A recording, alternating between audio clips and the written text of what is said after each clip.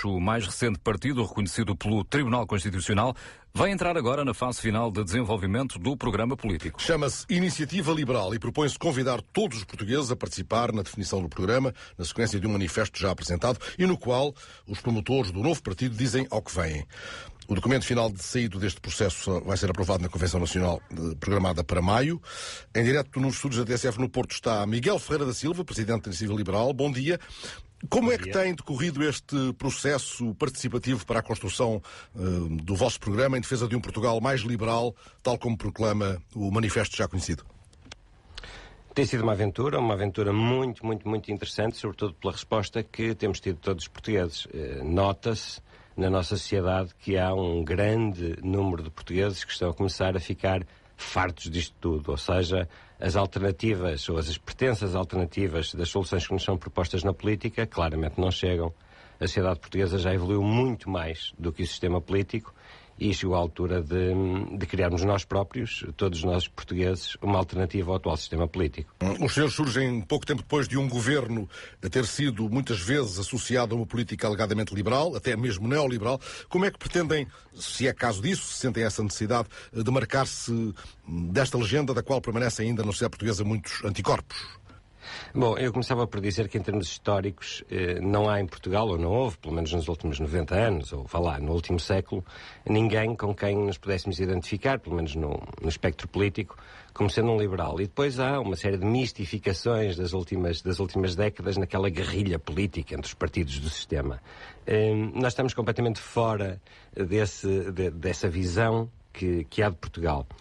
Somos, de facto, um movimento de cidadãos que, na falta de soluções que respondessem àquilo que nós verdadeiramente queremos do Portugal para nós e para os nossos filhos, decidimos parar um bocadinho de estar a ver televisão, de estar a ouvir rádio, de estar a criticar aquilo que vamos ouvindo da política e, no fundo, levantarmos do sofá e fazermos nós próprios um Portugal diferente. Portanto, não há aqui uma identificação com este ou aquele partido que existiu até agora ou este ou aquele governo. Mas, face ao que me pergunta, há um dado que de facto é importante. A experiência que houve a seguir às últimas eleições legislativas demonstrou-nos a todos nós portugueses que o que nos foi dito nos últimos 30 anos, que era no fundo aquela ideia de que tínhamos que fazer voto útil, que a estabilidade implicava uma maioria de um só partido ou de uma coligação de partidos, que afinal isso é mentira. Ou seja, não há razão nenhuma para cada um de nós portugueses não votarmos naquilo que verdadeiramente acreditamos. E esse é que é o voto útil, é isso?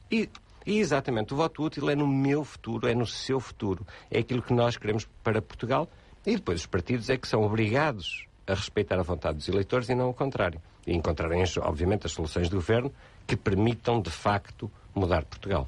Vão reclamar-se de uma posição ao centro ou não se preocupam sequer com essa catalogação? Não nos preocupamos. Honestamente, que dentro da Iniciativa Liberal, e até pela esmagadora maioria dos nossos membros serem cidadãos sem qualquer passado político, estamos muito pouco preocupados em ficar dentro das caixinhas tradicionais. É verdade que as nossas políticas, ou pelo menos as políticas que estamos a lançar para o debate entre todos os portugueses, são, no fundo, uma mistura daquilo que hoje é considerado esquerda-direita, mas há um fio condutor essencial. E esse fio condutor é a liberdade individual. Ou seja, todos nós temos uma coisa em comum, que é sentirmos sufocados por um Estado que está presente nos mais pequenos detalhes da nossa vida. E é a altura de reclamarmos mais liberdade. Ou seja, no fundo, com 25 de Abril, há 44 anos, foi-nos dada a democracia, esta democracia representativa, de que com 34 anos escolhemos quem manda em nós. E agora é a altura de termos liberdade, porque a democracia não chega. E nesse sentido, que dimensão e que raio de intervenção tem o Estado, tal como o concebem os fundadores da Iniciativa Liberal? Essa é que é a grande pergunta. Obviamente que, se o Fernando Alves me perguntar a mim, Miguel Ferreira da Silva, que ideia tenho do Estado, obviamente que tenho uma, e a todos os membros da Iniciativa Liberal. Mas a grande diferença é a forma de fazer política.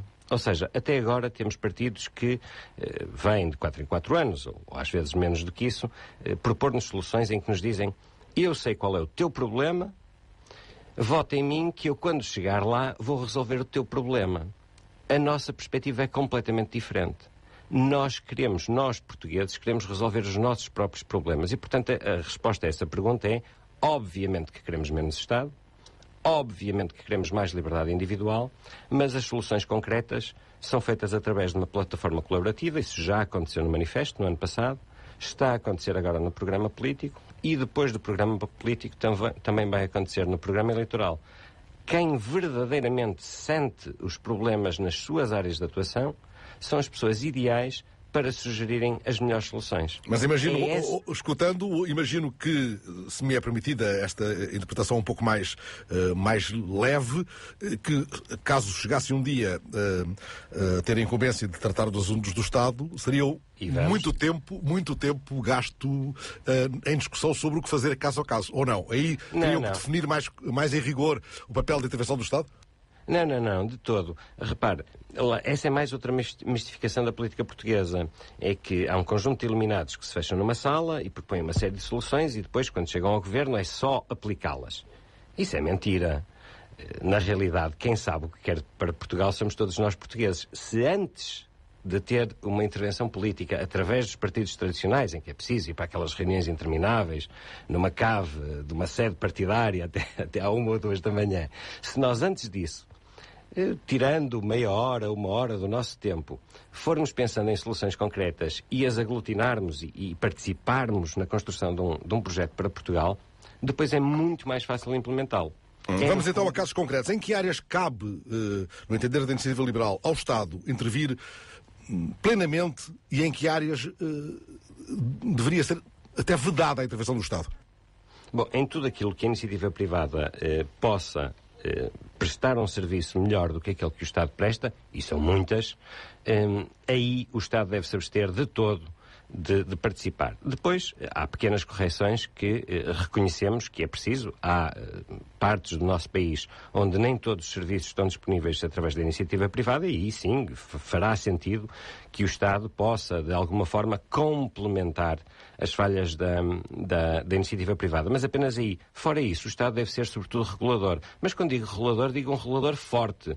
Agora, não é possível ser árbitro, isto é, regulador, e ao mesmo tempo ser parte do mercado. Não é? E isso vos leva a considerar, por exemplo, que os fundos europeus devem ser encaminhados diretamente para as empresas? Tendencialmente sim. Como sabe, em termos estritamente legais, isso não é possível de uma forma direta. Mas o sistema atual, em que é o Estado que, mais uma vez, controla aquilo que cada um de nós, cada uma das nossas empresas pode ou não pode fazer, é um sistema claramente errado. No fundo, é como se todos nós fôssemos funcionários do Dr. António Costa, em vez de sermos empreendedores, funcionários das nossas empresas, termos a nossa liberdade. Miguel Ferreira da Silva propõe a simplificação do sistema fiscal. Que impostos deveriam acabar mesmo, se a iniciativa liberal tivesse uma palavra a dizer já? Mais uma vez, como respeitamos a opinião dos portugueses, embora, como digo, tenha uma opinião, e aliás forte, sobre essa matéria, por exemplo, na minha opinião pessoal, acho que devíamos acabar com todas as taxas e taxinhas, porque se nós já financiamos o Estado através de 2 ou 3 impostos principais, não cabe ao Estado estar outra vez a fazer-nos pagar por um serviço pelo qual nós já financiamos. Mas o importante não é isso. O importante é, em cada solução concreta, é, em vez, mais uma vez, de termos um diretório partidário, neste caso eu e os meus colegas de direção, a dizer aos portugueses, não, nós sabemos quais são os vossos problemas e vamos resolver, fazer ao contrário. Permitir que cada pessoa diga, que cada empresário, que cada funcionário nos venha dizer, olhem que neste ou naquele caso não fará sentido esta taxa ou este imposto, porque já está coberto por outros rendimentos do Estado. Mas cada cabeça a sua sentença. Isso faz demorar mais o tempo de decisão, ou não? Curiosamente não, porque repare, há algo que é comum a toda a gente que se tem vindo a juntar a nós e tem vindo a participar, muitos deles até não querendo ser membros formais, mas querendo dar a sua opinião, que é uma certa coerência na liberdade individual. Vou-lhe dar um exemplo concreto. Quando criamos uma empresa, é comum, imediatamente a seguir ao momento em que a criamos, perdermos a empresa. A empresa passa a ser daquilo que se diz a sociedade, mas na realidade controlada por uma hiperregulação do Estado, por um conjunto de autorizações, de impostos, de taxas que limitam a liberdade de criar mais riqueza para o país. Obviamente que isso não faz sentido e que há que limpar, passo a expressão, a intervenção do Estado e tirar o Estado da frente e deixar-nos trabalhar. Convosco num governo, os despedimentos seriam mais facilitados? Em muitas das áreas, sim, sem dúvida. Repare que fala-se muito de precariedade, Mas o que nós sentimos no mercado de trabalho é que a verdadeira precariedade é o desemprego. E, portanto, quando temos alternativas entre empregos, entre a capacidade de arriscar, de poder ter outros empregos, facilita muito mais a capacidade de cada um de nós de poder arriscar. Repare, entre mais de metade do nosso rendimento ir parar ao Estado, por um lado, e por outro, um conjunto de obrigações, até de crédito, que somos incentivados a ter, cada um de nós fica um bocadinho preso, para não dizer servo, desses pagamentos e sem capacidade de criar mais riqueza, de se autonomizar, de abrir um pequeno café, de abrir uma pequena empresa de consultoria ou de contabilidade, porque está preso a um conjunto de pagamentos que o Estado nos obriga a fazer.